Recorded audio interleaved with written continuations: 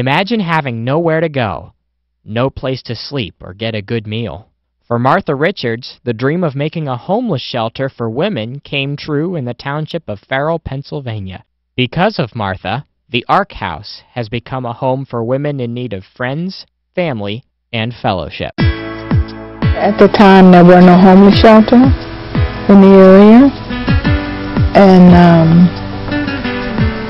I was keeping people in my home, and my daughter called and said she was coming home, and that I would have to find a place for people that were living with me. Sometime they would stay overnight until we could find another place for them.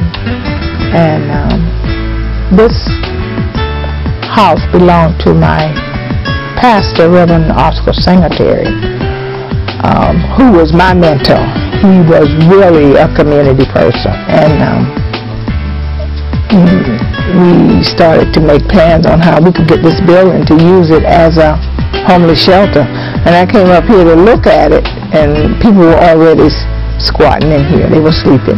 They were using it as a homeless shelter.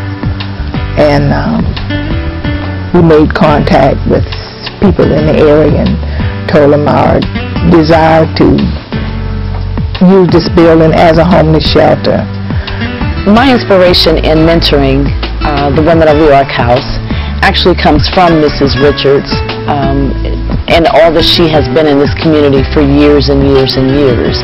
And it also is out of a love of giving service to people in the capacities in which I've held positions in the past, as far as working with families at risk, students at risk. And so this certainly was a welcomed effort to come in and to be of support to these women.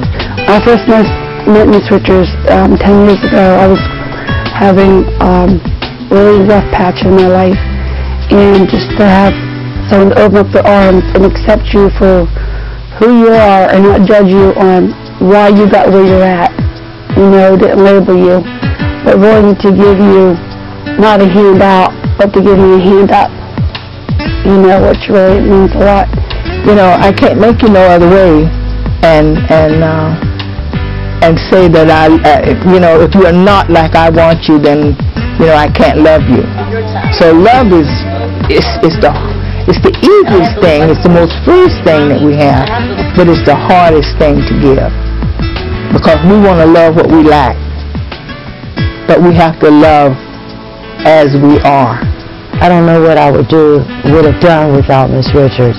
I have been here probably 3 times, maybe even 4, over a course of about 10 years or something like that. And Miss Richards was always here for me. It's overwhelming in the sense that you are dealing with so many different lives, and lives who have been fragile. And so it is so important what we say, how we say it, what we do, so that we don't crush anyone's dreams, but that we help them to continue to dream and to be uplifted. We had a devotion, we had a prayer devotion. It was so nice. All ladies came together around the table, and at that moment we were a unity. It was really nice. It makes you feel like you are somebody and you're not worthless, you're worth something. It gives you hope. The greatest thing one can do is to invest in people. I think that has always been kind of my motto, is to invest in people, because you can invest in stock, money, whatever, buildings, but if you don't invest in people, it doesn't come back to you the way it does when you invest in people. Investing in people is one of the greatest investment one can make. Service is, I think, the greatest thing we can do is to serve. Use our lives with serving others.